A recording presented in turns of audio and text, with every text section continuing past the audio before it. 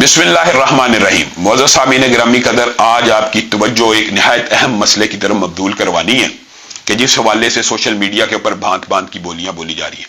मेरी सबसे पहली इस्तदा और आप सब पाकिस्तानियों से इस बात के ऊपर मैं अपील करता हूं कि अल्लाह के लिए दीन के शायर का, दीन के मामलात का जो भी कोई फैसला हो, उसके अंदर सियासी वबस्तगियों को पसे पुश डाल दिया जाए। खत्म नबुव्वत हो, हुर्मत रसूल हो, दिफाए सहाबा हो, ये जो कादिद हैं, ये जो मुश्तरकात उम्मत हैं, इन्होंने उम्मत को जोड़ा हुआ है।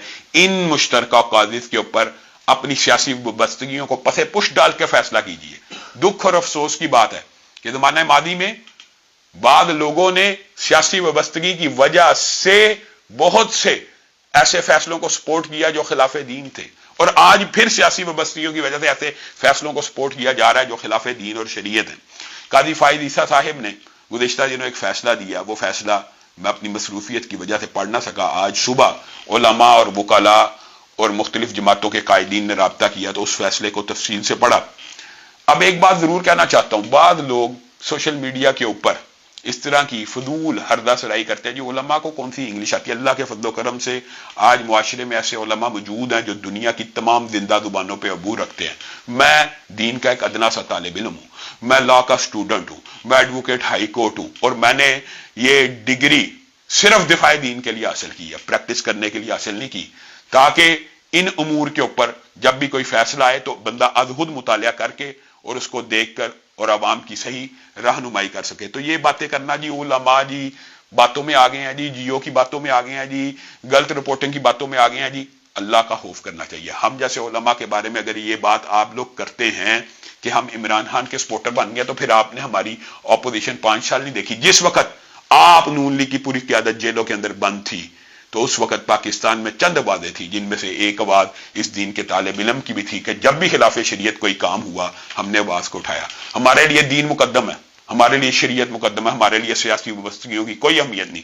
सियासी वबस्तगियां हैं लेकिन उनको पसे पुश डालकर हम हक और सच की बात कहेंगे। कादी फाइज ईसा ने अपने फैसले में जो 2 दफआत को उड़ाने की बात की है, उसके हवाले से मुख्तसर आपके सामने रखना चाहता हूं। एक 298C है, आप उठाइए, गूगल के ऊपर सर्च कीजिए। अगर आपको इंग्लिश नहीं आती, मैंने ट्विटर के ऊपर इसकी ट्रांसलेशन भी लगा दी। इसका मतलब ये है, कोई कादियानी हो, अहमदी हो, लाहौरी ग्रुप हो, जो भी, वो अपने आप को मुसलमान जाहिर करके तबलीग नहीं कर सकता और मुसलमानों को इबलाग नहीं कर सकता और उनको मुसलमानों को अपना फेथ एक्सेप्ट करने की तरवीज तलकीन नहीं कर सकता। ये पाकिस्तान के आइन में है, क्योंकि ये जालसाजी है। वो मुसलमान नहीं है, वो गैर मुसलमान, खुद को मुसलमान क्लेम करके करेंगे तो जालसाजी है। 298C इम्तनाए कादियानियत एक्ट है। अब कादी फाइज ईसा साहिब ने यह फैसला दिया कि यह नहीं लगता, काजी साहब आपके फैसले में तदाद मौजूद है। क्यों नहीं लगता? कि आप उसको कादियानी नहीं मानते?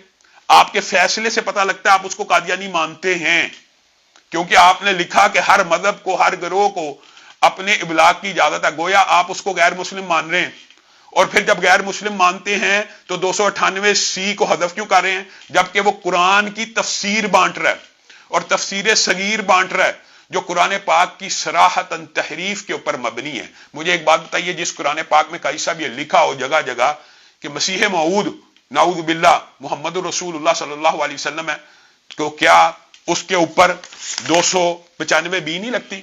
295B का भी जो मफहूम है आप उठाइए, देख लीजिए।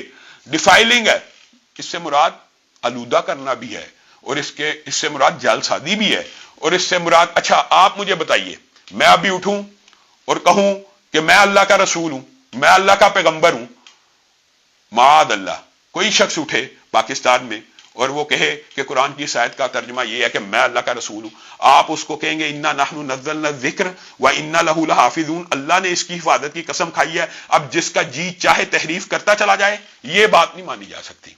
अगर आप उनको कादियानी मानते हुए फैसला देते हैं तो फिर इम्तनाए कादियानियत लगेगा, और अगर आप ये चाहते हैं कि हम उनको मुसलमान मान लें तो आप पाकिस्तान के आइन और कानून के खिलाफ फैसला कर रहे हैं। कादियानियों को इस कानून और आइन में गैर मुस्लिम करार दे दिया गया है, इसलिए उनके हकूक का जो जुमला आपने अपने फैसले में लिखा उनको तब मिलेगा जब वो अपने आप को अकलियत तस्लीम करेंगे।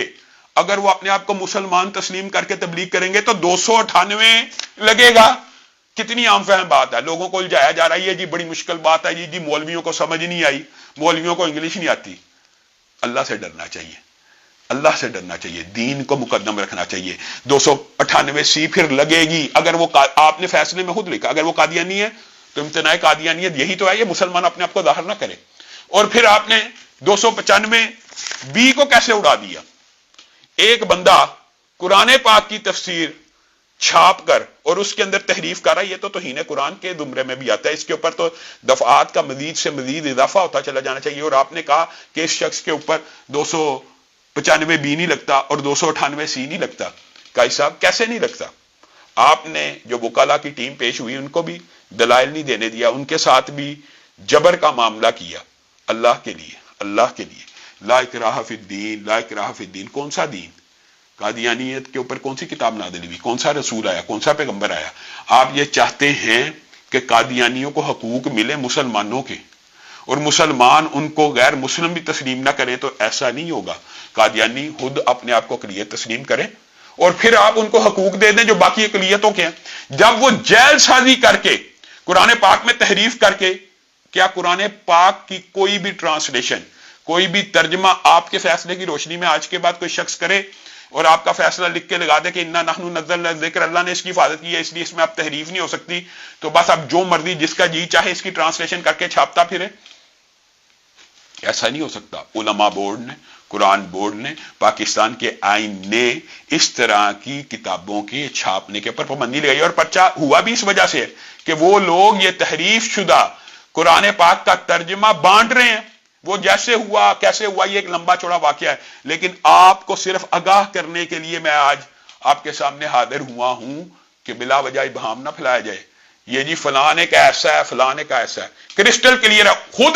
خود گوگل سے کسی بھی سرچ انجن سے سرچ کیجئے 298 اور 295 اس مجرم کے اوپر لگنی چاہیے تھی کہ نہیں تھی لگنی چاہیے، اور اگر قاضی صاحب نے اس کو ختم کر دیا تو اللہ کے فضل و کرم سے وکلاء کا ایک بہت بڑا پینل اس کے اوپر ریویو پٹیشن میں بھی جا رہا ہے۔ لیکن عوام سے میں یہ بات کرتا ہوں اللہ کے لیے سیاسی وابستگیوں کو اتنا مقدم نہ جانیں کہ آپ یہ سمجھیں کہ یہ جی قائدی فائد عیسیٰ کے خلاف پراپیگنڈا پی ٹی آئی کر رہی ہے۔ کیا ہم پی ٹی آئی کے مخالف، یا کیا ہم پی ٹی آئی کی وجہ سے قاضی فائد عیسیٰ کے خلاف یہ بات کر رہے ہیں، یا کیا علماء آپ کو پتہ ہے پاکستان میں علماء کا سارا طبقہ خان کے دور میں اس کا مخالف تھا، خود ہمارا ماضی آپ کے سامنے ہے، تو ہم نے کیوں ان باتوں میں آنا؟ ہمارے لیے سیاسی وابستگی کی کوئی حیثیت نہیں، کوئی ویلیو نہیں، اور آپ کے لیے بھی نہیں ہونی چاہیے۔ بڑی عام فہم بات ہے، آپ اٹھائیے، اور اس حوالے سے اگر مزید کوئی اشکال ہیں وہ بھی میں دور کرنے کی کوشش کروں گا۔ والسلام علیکم ورحمۃ اللہ وبرکاتہ۔